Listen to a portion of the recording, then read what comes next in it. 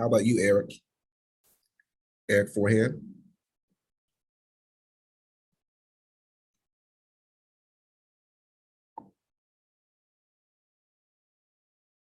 Okay. Charmaine, can you answer that question? This is just an opinion as to why do you think that CEO roles are still 20% people of color in nonprofit management? This is Sharon Bryant. Okay. I think one of the issues is encouragement to get involved in nonprofit work.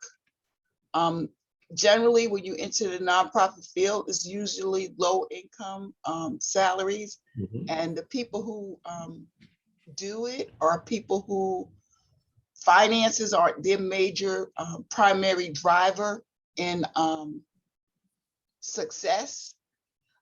They have more altruistic reasons for working. And generally, the minority community finances is one of the priority reasons for why they decide to do what they do. So when you enter a community where you already expect to get paid less, it's something you really have to think about. Another thing is when you get into, I'm in a nonprofit now, access to these nonprofit jobs is very network oriented. And if you're already not part of the network, it's not that easy to get into the network. So when you start applying for jobs in the nonprofit community, a lot of times they want to know, have you already worked in a nonprofit community? If you haven't, then you're fighting an uphill battle to even get into that environment. Okay. Thank you for sharing. Would anyone else like to share? Yes, this is Charmaine. Sorry, I was trying to find my screen.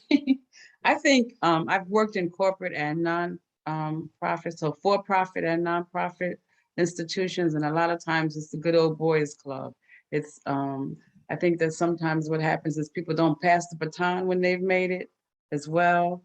But I think for the most part, it's the good old boys club, bringing in people that they know, people that they're comfortable with, and just really blocking people of color, seeing or envisioning us as a threat at times, professionally. Okay. And Sarah, is your hand up for a comment? Yeah, I was just going to say, building on that a little bit, sometimes they're being selected by boards that are primarily white, and often white men. And so when the board has for a long time been white and just selecting their own friends or other people from their own companies, and it's just more of the same, they don't see that as a need for when they're looking to find staff to fill the organization. They don't, that doesn't even cross their mind as something that they need to be searching for when they're looking for new executive directors. Okay.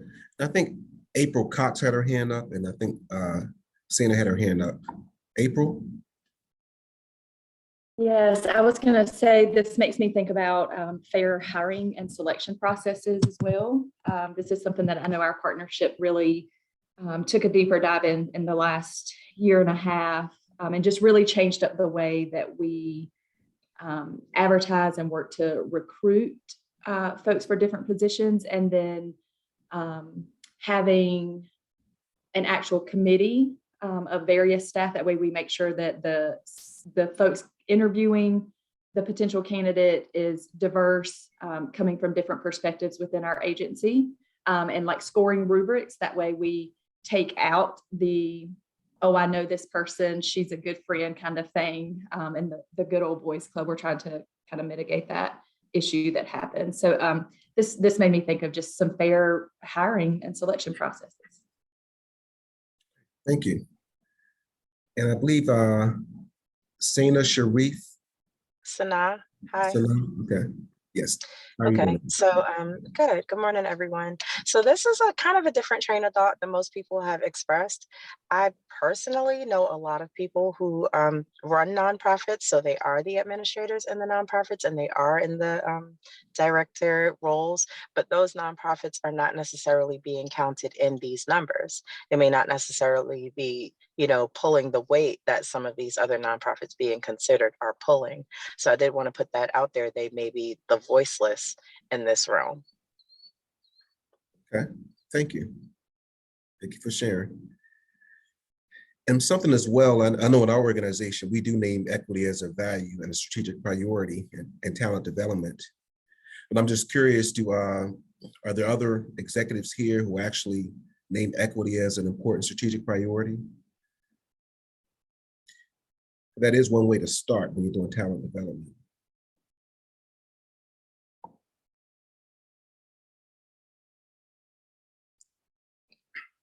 And just some of those benefits, particularly in creating inclusive talent development, is that there's 3 practices that the research states is very beneficial in this process.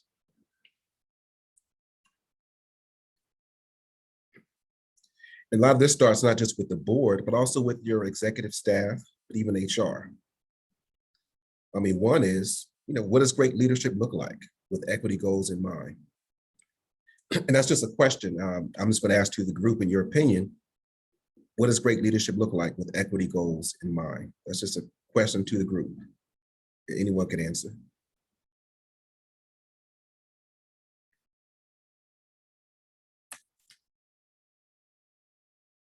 And I guess I can kind of start as far as where I'm looking at. When I look at great leadership, everybody has different leadership styles. I look at servant leadership, transformational leadership, but also someone who really considers the benefits and the true understandings of what equity means. Because many times we confuse the word equity with equality. So it's important that the leader that we're having these certain positions actually does know those two distinctions between the two. So that's kind of what I look at, for example, in leaders as far as it relates to equity, because it gets beyond us as well as just looking at race and gender, but there's multiple facets as it relates to equity as well. So that's just my perspective, but I'll welcome anyone else who might have an opinion that could be similar or different as well.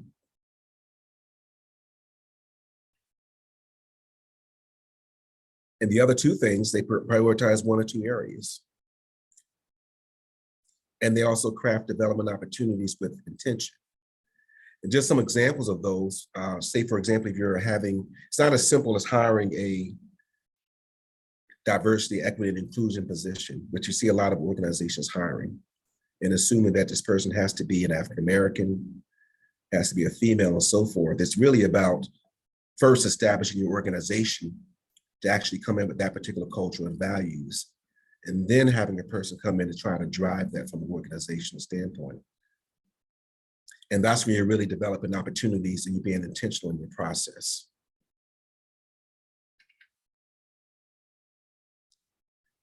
And this gets on to some of the things we're talking about as far as what great leadership looks like.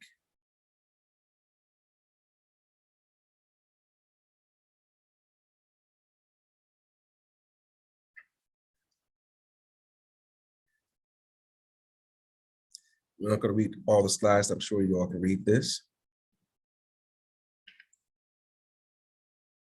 These are some reasons why it's essential. Particularly those that are executives or those who are on senior teams. And one thing that we're going to talk about is mitigating potential biases that can surface, particularly when you're trying to look at what great leadership looks like. And before we get to that, I just want to ask the group, can you think about some potential biases that could surface when you try to consider great leadership?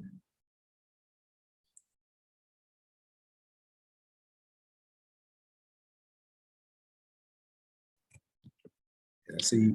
I think one bias that I've seen is the ability to use really intellectual language, jargon, and someone might not be necessarily a great leader, but by using that kind of language and having maybe the college degrees to back it up, that person is automatically seen as a good leader. Very good point. Ms. Sharif, I see your hand is up. Thank you. I believe that maybe people in varying socioeconomic statuses may not be considered for those positions because of assumptions that are made about their ability and skill level. Okay. Thank you. Garrett? Hey, good morning. I think one bias or two biases. One is amount of time in the nonprofit field. I don't think to be a great leader, you need to have 20 years in the nonprofit field. Great leaders often come from people from different fields or from different walks of life. So I think that's one bias that affects us.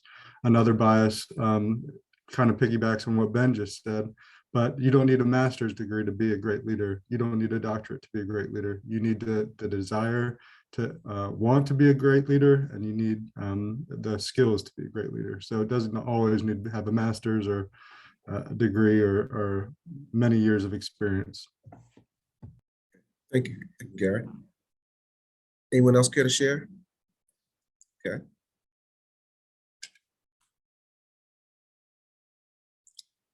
And the language you use does matter.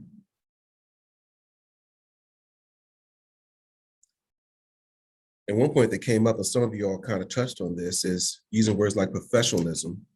I mean, as far as what that actually means, because everybody has their own different opinion on what professionalism means. And as one example, some people might assume professionalism means you have no beard and you're clean shaven.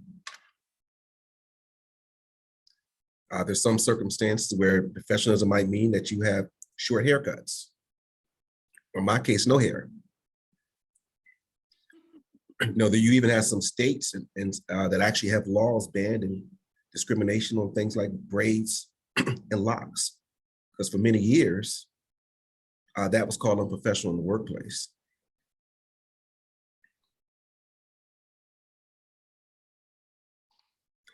I think another thing that we sometimes miss when we're looking at persons for employment is their ability to interact and to connect with people, because the work that we do requires a lot of connection with people from different ages and in different organizations, et cetera. So I think it's so important that we don't overlook the fact that some people are not as, don't come across as warm as we are accustomed to people in our field being. And so you have to step back and look and not use that as something to immediately, cross them off, but to have more conversation about how important it is to connect with people. Yeah, that's a good point, especially with early care and education, but also there's geographical competencies as well when it relates to professionalisms. You might have people who are maybe from up north who may talk fast, may talk direct, but doesn't necessarily mean that they don't care for children. Right. Because you may be in North Carolina where the communication is very different than say someone from New York or Boston. And that's where that implicit bias should come in as well. Indeed, indeed. Okay, thank you.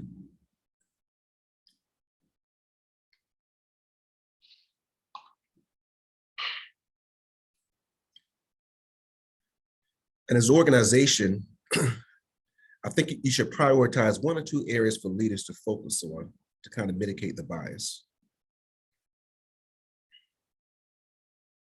And some of these we kind of talked about earlier.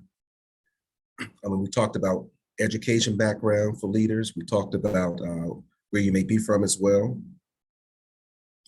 But I think what some organizations could do a good job at is really identifying just some of those specific areas to kind of mitigate biases. And what are your thoughts on this or understanding on what we're trying to demonstrate now? And there's no wrong or right answer for this one, as far as an organization agreed set of competencies.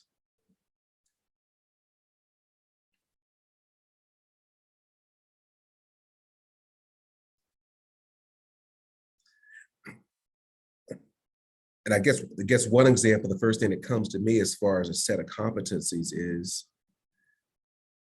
and this is what we used to do back in the day, I know none of us do this now, is just saying that in an interview, because a person loves children, they're a great person. See, the assumption in this work is that everybody loves children. We hope. So that's something that we probably would not consider a set of competencies, but we might consider a set of competencies as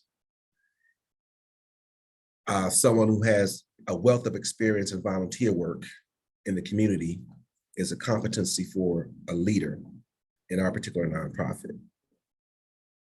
So these are just some things to kind of consider, to focus on, to kind of mitigate biases as well. Because when you talk about volunteer work, that could be anyone, Black, white, male, female, doesn't really matter, particularly when you're talking about, and the volunteer work could be any type of volunteer work. It could be volunteering with animals, it could be with vets and different type of organizations.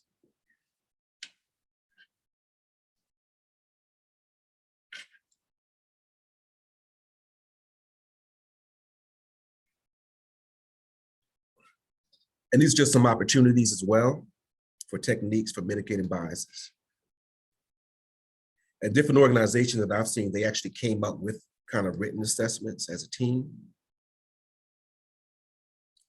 And they work together to even try to come up with a pressure test to identify the biases and try to mitigate them. And some of these examples, some of you all brought up as far as mitigating biases. Let's say as an organization, we're going to say that we want people who are, this one could come out as a bias, who are only from North Carolina, because North Carolina people know children better. That's a potential bias, for example. So that's something you want to kind of keep out of your assessment tools if you're really trying to mitigate biases in some of your talent management. But also something you may want to consider, particularly with the new work world. We have a lot of talent that may not be in North Carolina that could work remotely. So if that's the case, you may have to consider how you're going to assess that as well as a team to try to, one, identify that there's no biases, but also kind of mitigate those biases in case they come up, particularly regarding remote work.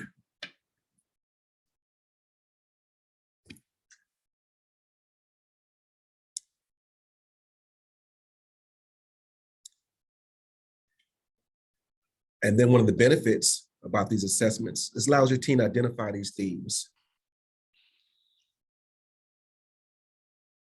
And for example, I'm just going to call on someone, I'm going to call on Dr. Myers. If you were coming up with some assessments yourselves in your own organization, okay, what's some type of assessments that you would kind of maybe put in your organization to try to identify some themes, to try to make sure you mitigate potential biases in hiring practice and talent development? I would like to try to keep everything middle of the road when doing that. So therefore, addressing the individual and their skills, assessing their background as far as what they have done, their experience, and the understanding that they can or that they want to learn more and move forward with our goals as far as with young children and professional development to enhance young children's ability to learn. So I like to keep it all in education because that is my focus here, and to ensure that our children have best that they can have from here. Okay, thank you. And some areas you can also put in there is, for example, if you're hiring for, say, a teacher coach, you can put some minimum expectations in there, such as a degree in early childhood, 3 years experience, preferred bilingual. That also helps mitigate biases as well, putting specific things to the actual performance of the job in there as well. But also it's nothing wrong as well if you need English as a second language, or you want to hire someone who fits the cultural competency of the organization for certain positions. That's something as an organization that you should kind of look at prioritizing as well. Okay, but I think it's very important as organizations that leaders come up with those assessments as well. You don't really have one person, or say an HR manager, being the only ones coming up with those kind of recommendations. Does that make any sense to people? It does. Okay. Louis, I would just want to say this because we just did a round for our CCHC position. This is the second time. And you made the statement that, which is very, very true, that sometimes people out of the state, you know, from far away also may be good candidates. But one of the things that I guess implicitly puts a bias in front of us is the fact that usually people like that are looking for moving expenses, a lot of things that we're not able to offer. So I tended to look for someone, not only in North Carolina, but closer to this area, just thinking about where we are and who would pack up and move and start all over again in this small rural area. So sometimes the bias is not intentional. Correct. But it is intentional in terms of what you're trying to do. Yeah, and that's a very difficult position to fill. And I share your similar, because I've observed our leadership staff, even with that specific position you're referring to, acting the exact same way that you said based off of the process of hiring. But what I encourage people to do is I also ask that candidate, particularly if it's someone that you know is qualified, but just inform them that this is what we're offering and this is what we're not offering. Right, that's what we had to do. Because ultimately, because I think many of us had those assumptions, and sometimes they're false, that the people are just looking to relocate and then they'll quit their job once they get here. Exactly. And you're right, some who did respond when they found out that it was not a full-time virtual position, then withdrew immediately. Yes, I think we're all dealing with that challenge with multiple positions. Yes.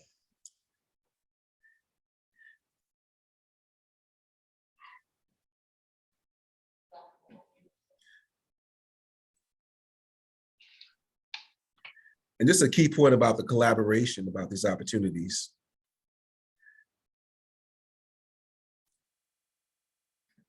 And that's what I kind of mentioned earlier. This is not something that I think that just an HR manager or just say an executive director or CEO should come up with. I think this is something that should be your leadership team, so it doesn't feel one-sided.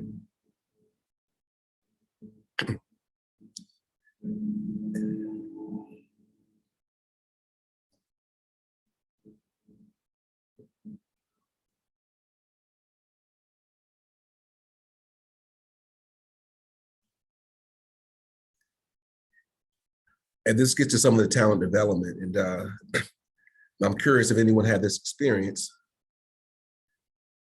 But the data says, according to the Center for Creative Leadership, 10% of learning and growth comes from going to conferences and trainings.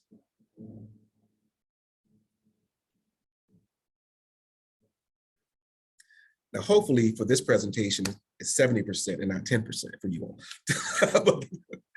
But this is what the research says about the difference in people understanding and learning from a coaching perspective. And just want to talk about what one of the job stretch opportunities are. And that's just learning on the job, whether it be from your supervisor, your coworker, and even from the staff that you supervise. Because ideally, our professional opportunity should be full circle.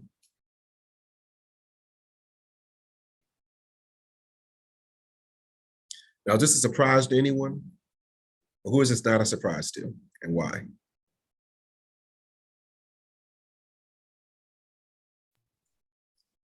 The percentages are a little surprising to me because I think we put a lot of time and effort into those trainings.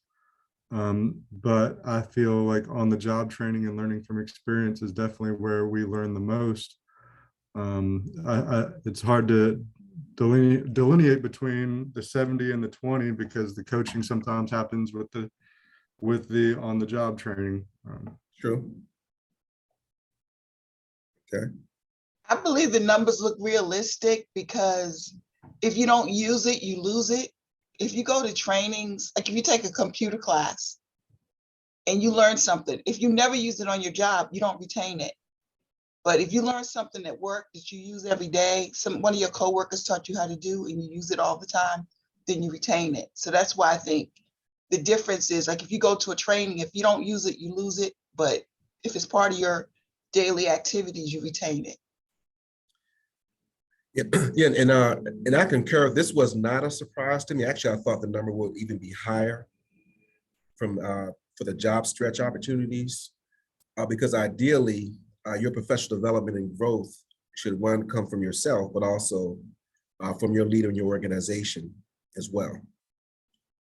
And when I say from yourself, meaning you taking on different opportunities to try to learn different things about the job, being attentive, but also if you're trying to look up or move up in your organization, you're going to likely move up based off of the on-the-job stretch opportunities more so than the conferences. And I think what some of the research said in Center for Creative Leadership as well is that a lot of times the conferences are also built about social and relationship building as well. And which is very different from getting very job specific things, but I do think it's equally as important, that social relationship and networking with people on the job as well. Because those of y'all who know who've been to these conferences before, I think the big piece from say during a virtual conference is that you miss out on that big picture of the meeting people, the greeting, and the social aspect of the conference. So, anyone else have anything to share about this particular slide?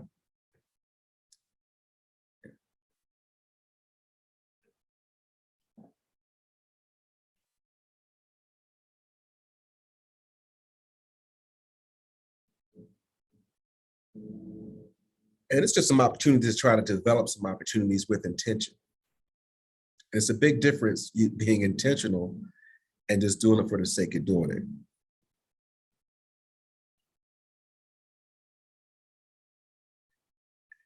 And one thing that we benefit, I've always relied and thought one of the most important people in the organization are the maintenance people and the receptionists for a couple of reasons. One is because they see all people coming in, they see what's being thrown in the trash, but also they're the ones who listen the most. That's been my experience. And you'd be quite surprised how many of them give you ideas about your organization. However, they may not have those degrees that you're thinking about, the for-profit or the nonprofit leadership experience. However, they have the real world experience and observation in the organization. So don't discount those people that are watching and that are quiet. They can help you develop your plans. Anybody have any thoughts about this or an experience with It can this? also be an avenue to your contacts with people in your community, with organizations that might support what you're doing, and those who will need a little more pampering, because they're out there among the very people that we want to serve, and particularly people with children, young children, that they're either parents or grandparents in those positions. And so they hear and see a lot more outside of the workplace also that can be beneficial to you. Right. And many of them might have relatives that can help you with your fundraising and partnerships, particularly if you're an executive who may not be as familiar in the community as, say, your receptionist is, because they may be born and raised in that particular community. And I think there's also a lot of chat going on. I might even read the chat. So if Courtney's on, if there's any questions anyone have in the chat, and you can help me with that, I would really appreciate that, because I'm not even looking at the chat. Thanks, Dr. Sermon. Absolutely. I haven't seen any direct questions, but lots of good discussion. Okay, thank you. And Louis, another thing I think is really good for us, because many of us are in smaller partnerships. And so the jobs that we take are broader than the name of the job. In other words, you need to know a little bit about a whole lot of other things in order to be a part of that whole organization. So I always encourage persons who come on board to be engaged in activities that, or courses that may not be directly related to their particular job position, but the information will support the work that you do. For example, for the CCHC person, we were able to get her into a poems training immediately while she's waiting for the 8-week training. Because if you're going to be outside evaluating environmental environments and what the playground equipment, et cetera, this is an opportunity for you to really get to know what that should look like, what it should look like, independent of your training that you're going to get later. And so we just have to think about, you know, how we can broaden the base knowledge of everyone in the organization. So I like to have people around me who are like sponges, you know, who want to know more about what's going on over here and out there and in here, et cetera. And you bring up a good point, particularly around the Smart Start organizations in our state. I mean, I've seen some people who are, they're finance and executive directors at the same time. And I have this philosophy of what's called a single point of failure, where I'm never comfortable having just one person the only person have access to finances, HR things, and so forth. That is really critical to do a lot of that cross training, regardless of what size your Smart Start organization is. That's a very good point.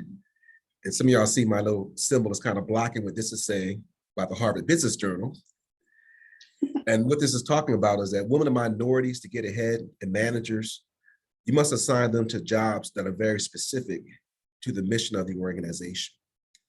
But a lot of times in the past, and even now, we've assigned, particularly women, for example, taking notes, scheduling meetings, as opposed to really meeting that staff person to where they're at and asking them what they like to see for their professional growth. And those are true stretch opportunities. And let's just give you an example. You may hire someone who might be in your coaching program who may have an interest in, say, finance. But sometimes our implicit biases might state that why would someone in early childhood have an interest in finance? But it doesn't mean that we cannot give them professional development opportunities for cross-training, say in finance, and vice versa.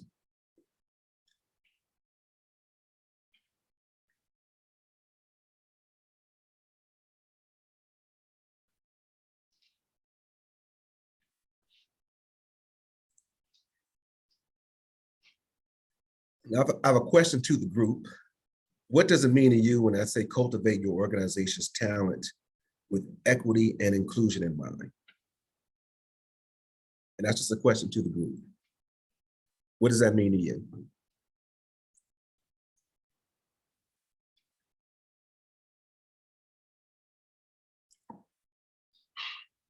Erica, Kirby, what does that mean to you?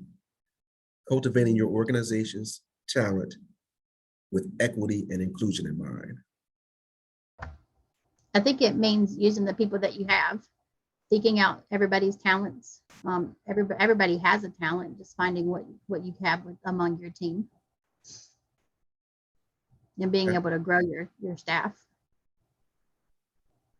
Okay. Sarah from Partnership for Children. Sarah Sokolos, what does that mean to you? So it's making sure that anyone could come in and have the same opportunity to shine.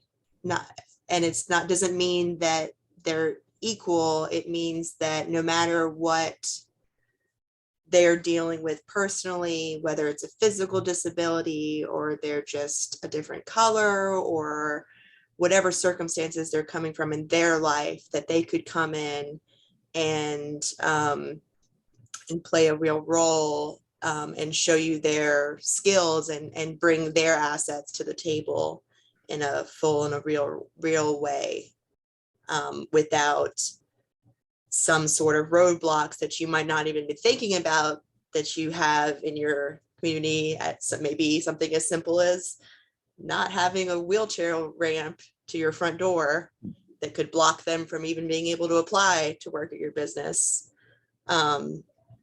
But making sure that you don't have things like that preventing people from applying to be a part of your company, your organization. Yeah, that's an interesting point you brought up about the handicap accessibility, because ideally, if I'm someone who does need that assistance, I'm going to probably come in assuming that you already have that in place. But really, the organization should even be thinking from that perspective, because equity is, to your point, it goes beyond just being looking at race and religion and so forth and gender. But that's a very good point. And we all seem to know what to do, but it takes time, intention, and teamwork. But why do you think it may take some time in organizations to actually really do this with intention? There are a lot of people in this world with a lot of different experiences, and we're small organizations with our limited experiences. Even if we have one woman in the room and one Black person in the room and one Hispanic in the room, that's still limited experiences, and we can do our best to try to think about our diverse experiences and make our place equitable and open. But it's still, there's still a lot of other people in this world, and so it's a slow and difficult process to make your place welcoming and to, yeah, it's slow. It's slow process. It's hard work. I agree. I don't think it's anything you can do immediate, and particularly to your point about the different types of people and what you consider equity, because there's also age and generational differences as well. I mean, we have people that maybe between that generation Z, X, and you got to think about considering that particular group as well as those who are in retirement age and so forth, about equity and inclusion in mind as well, because there are different work habits and professional habits as well. And I think sometimes we even come in with biases related to that. Has anybody had any type of experience with that as it relates to dealing with Generation Zs or Generation X's and how to cultivate them into a team?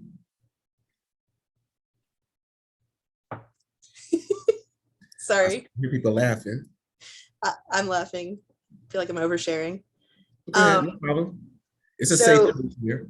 We more about working with people than I guess with the staff, but with the public, you try to be tech savvy to try to bring in young people, and so you want to do, maybe we'll use a QR code for this, but then you have to think about, but how do we not, we have grandparents, great grandparents caring for children in our community, so you still have to have paper and other methods so that you're not cutting out certain generations while making it more accessible to younger generations. So it's hard. It's like always striking this balance between how do you make it more accessible to some without leaving others behind who aren't, that can be difficult sometimes with technology.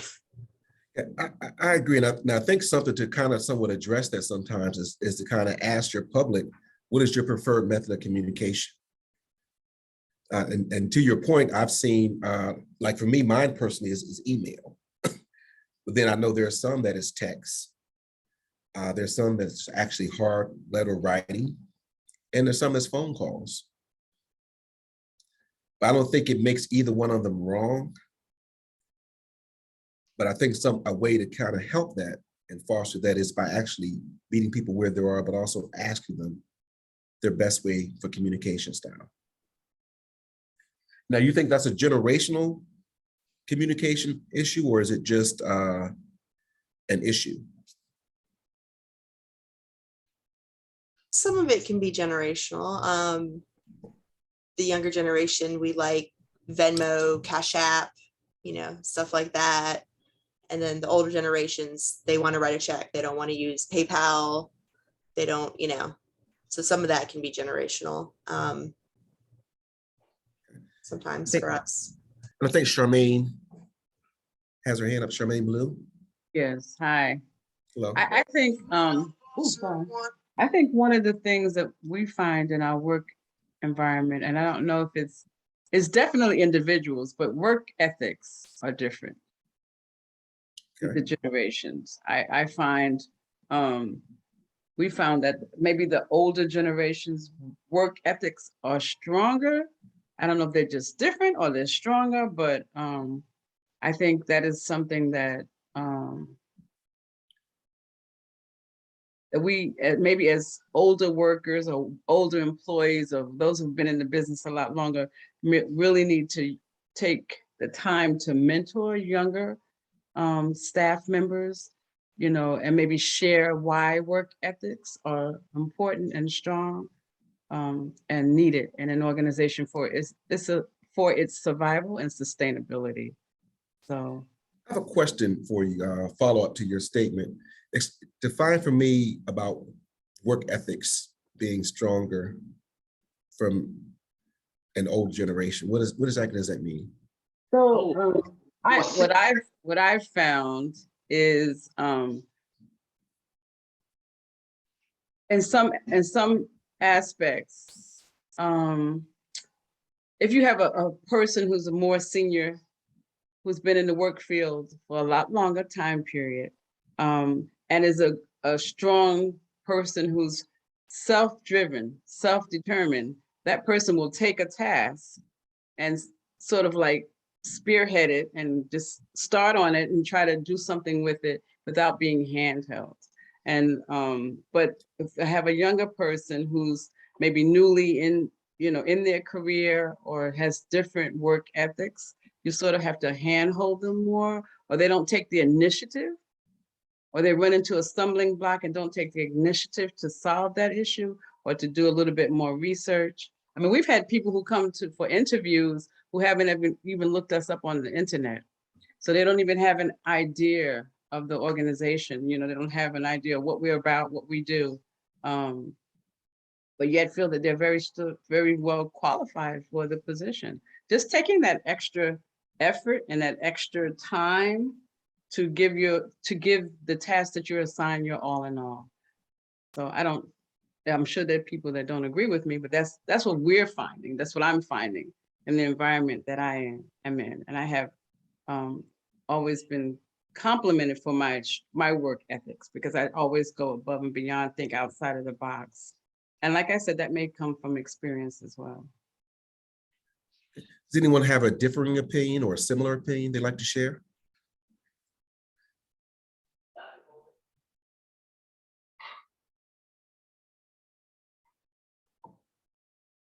Tara has her hand up. Okay. Well, one, I was wanted to go back to the ways of communication. I think somebody said it in the chat, was that you have to look at the socioeconomic status of when you're doing that communication with the QR codes and everything. And that's why you have to make sure you have all forms in one message, because I know some of the people in our area do not have access to internet 24 hours a day. They don't have that access at home. So I really feel like you have to hit on all forms, especially when we're dealing with some of our programs. They have to do paper, they have to send things home, but they also follow up the next day and making sure that they have that access. And access is a huge area, huge problem in this area in Union County, because there are some dead zones where you don't have that access to the internet 24 hours a day. As far as the work ethic, I think that's a bias that we all feel. I'm in my 40s. I feel like I have a strong work ethic, but someone else will look at it and say, well, why are you taking this much time off? I'm like, well, I have my time off. I'm going to prioritize my health and my vacation as well as my work.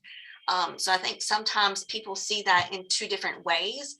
And I feel like we have some younger who are in their 20s providers in our office who probably have some of the strongest work ethics that I've seen.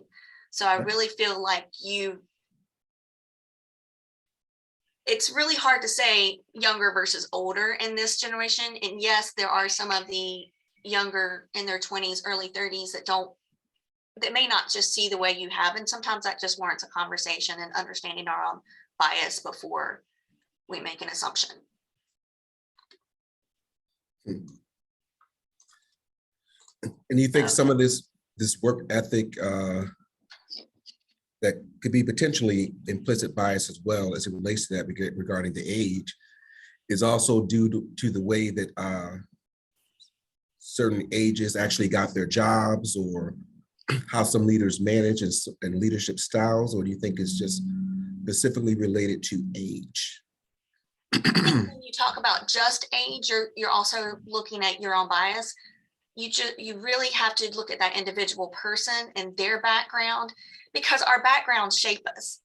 And my background as a 40-year-old white woman is not going to be the same background as a 40-year-old Hispanic woman. It's not, and I think that you really have to take a look at the person as a whole. And when we start, that's why I hate doing generalizations. When we start looking at that, not everybody looks the same. I'm going to have different experiences and different backgrounds information that is someone else my age who may have just grown up in a different area, looks like me, talks like me, but they grew up in a different area, so they have different experiences, and we have to take that into account. And as far as work ethic, most people who do get involved, I have seen most people who do get involved with nonprofits and service industries really have a heart.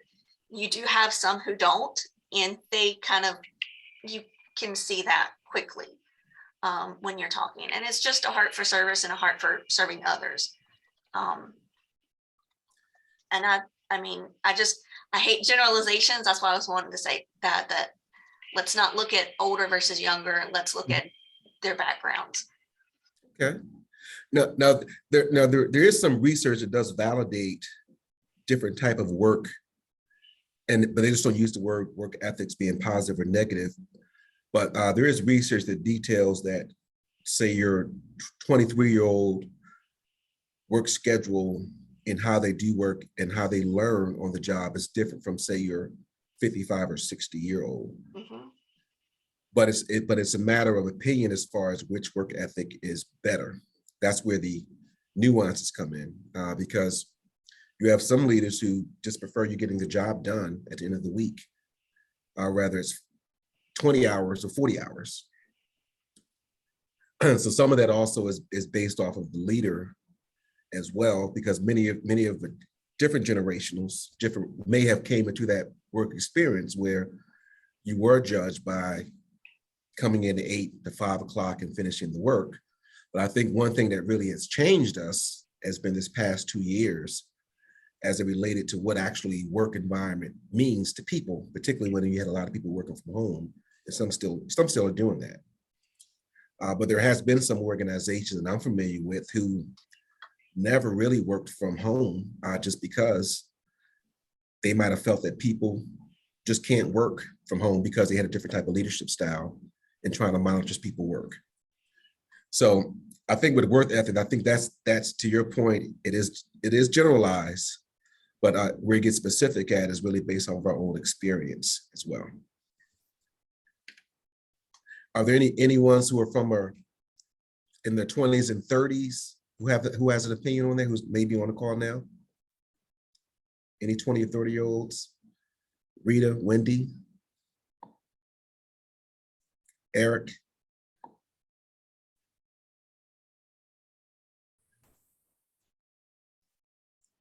Megan?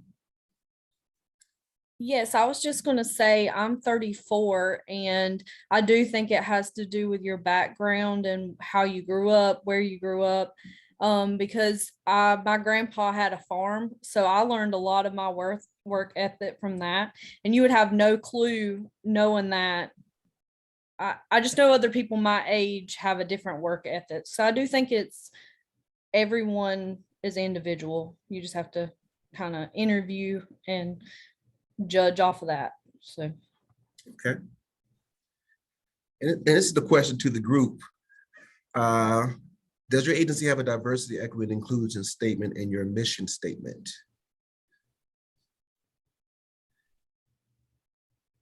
And those who have one, do you know what your statement is? Do you practice it? It's not a right or wrong answer to that. So those who have one, anyone want to volunteer what their statement is? Reed, I see your mute is off. I was You going have to one? comment on your other statement about, the age. Oh, okay, go ahead. No, that's okay. Oh, no, go ahead. So I'm heading to 50. And so, but I was just going to make a comment. I do have a 21-year-old and she does a lot of volunteer work. And she was working with other 21-year-olds. And I agree with Megan. I think it has a lot to do with who you are and your individual background. And I think because of me working in nonprofits and experiences that was given to her based on my employment and the things that I've done, it kind of shaped her to be what we would consider an old soul. And so I think there is a difference, but it's not just your age, it's your abilities and your background, your experiences. Okay. Did you ask for people to read their equity statement? Yes, I'm just curious for those who have a diversity, equity, inclusion statement, just curious to hear what your statement is, if you have one. I would like to read ours if that's okay. Sure. It says, ready for school, ready for life, promotes equity, justice, diversity, and inclusion, which are woven through our mission, values, and principles. We stand against racism in all of its forms. Ready will work with our community to address the structural inequities that drive disparate child and family outcomes and work towards an environment where equity, justice, diversity, and inclusion are core values. When we are working to address these structural inequities, Ready will be bold in our actions. And when Guilford County Black and Indigenous children and families of color feel welcomed, heard, respected, safe, supported, and valued, all of our community and our society benefit. That is a powerful statement. Very powerful statement. Anyone else care to share? A few folks have shared theirs in the chat as well. Okay. Now, my question is, how do you ensure that this is something that's not just said, but it's actually practiced in your talent development and how you work in the community? How is that done from a practical perspective? Particularly the young lady who from Guilford County who read an outstanding statement. How do you all ensure that it's implemented in Guilford County? Well, we have a manifesto for race equity and parent leadership that everyone who signs on has to commit to. Any of our partners have to commit to. We hold ourselves and everyone that we work with accountable for being anti-racist. We use our, we have like a equity, what are they called? Like consultants who kind of swoop in and say, no, this is not, up to the standard that you guys are saying you work towards. It's like an ongoing thing. It takes time, of course, because some people really don't understand that they may be engaged in inequitable actions. And so getting people to understand and have a different perspective about things they've seen and done their entire lives is part of the challenge. But when people commit to doing the work, you can kind of see it in the outcomes. So that's what I could say about that. Excellent. Now, I have a question to the group as well, just to follow up to this statement. Why do you think it is that within these past couple of years, say 2 to 3 years, that as a nation, but also as a state, and even with Smart Start, we really started looking into how important diversity, equity, and inclusion is?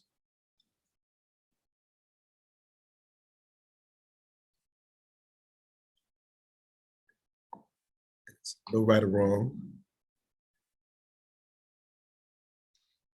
I would just say it might be, and we have talked about this before in Smart Start. But I don't think we have a way of capturing statewide who we really serve and how we serve them. So that's been something that has come up and gone away and come up and gone away. And I think even more so more recently in terms coming back to the table again, how do we know that we are serving all children in our communities when we really don't have any data that disaggregate kids by race in the things that we do as in terms of the racial equity part. And then, of course, we continue to look at, how we are funding programs and partnerships based on what that formula looks like. And of course, they have, done some resurging of that, because I think that at some point, we were basically funded based on the number of children. But if you're in a small school district or small county and your number of children is small, it doesn't mean that that small number of kids doesn't need the same thing that every child gets in Wake County. But if your dollars don't allow you to provide that service to them simply because of the number, then you're not providing equitable programming for your area based on the whole state area. And I think that's something that we have to continue to look at, is that you can't always use numbers to determine funding if you want programs to be offered to every child across the state in an equitable way. Okay. Thank you, Dr. Boyd. And also think that part of the reasons why diversity, equity, and inclusion has come to the forefront has been because of the recent issues in social justice. I think also because of the issues and looking at inequities related to the pandemic. Now, there were many people that we found did not have the appropriate health care, the appropriate resources and technology, but also even people didn't have the appropriate ways to do their job safe. So I think also from a bigger picture, nationwide, I think there's been recent things that happen in social justice that's likely been going on for years that really came to the forefront, even with George Floyd's death as well. We really started looking at social justice and racial justice and so forth, and really explaining the big difference between equity and inclusiveness as it relates to equality and fairness to all people. But that's just kind of just what my big picture perspective is on as it relates to that. Anyone else would like to share their opinion as far as diversity, equity, and inclusion, and why it's on the forefront, or something we've been doing, but possibly something we're putting in mission statements and making sure that we practice?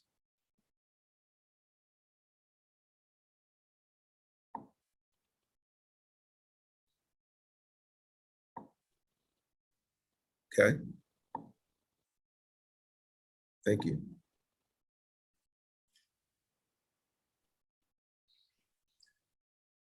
And it's just our summary, and I think we may be a little early. Am I correct, Courtney?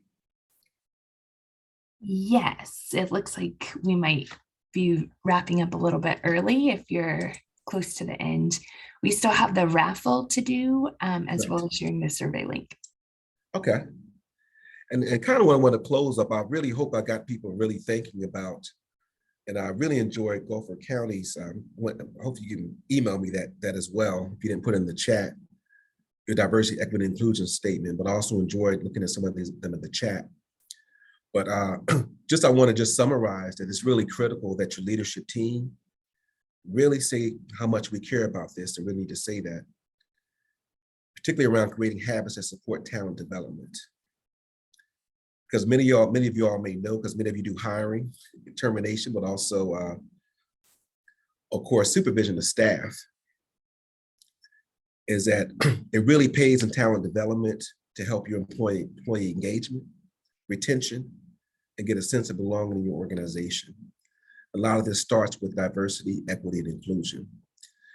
And I've heard some good things here that I'm going to try to actually look at in my own organization, particularly some things that came in the chat, but also that I've heard coming from Guilford County and some of the people that are speaking. And at this point, I'll take some questions and then we can move to Courtney.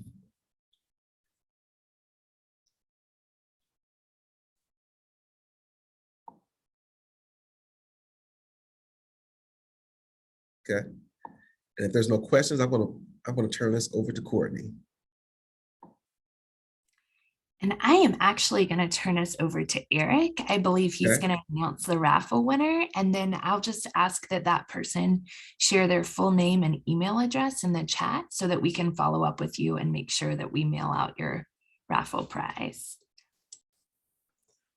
Thanks, Courtney. And I have just randomly selected Summer Thompson from Richmond County, I do believe, as our winner. Congratulations, Summer. So you could share your info with Courtney. Do you want me to type it in the chat or say it out loud? You can type it in the chat and you can direct it straight to her too if you don't have to, it doesn't. Okay, all right, Make it as thank public you. or private as you like. Okay. Okay.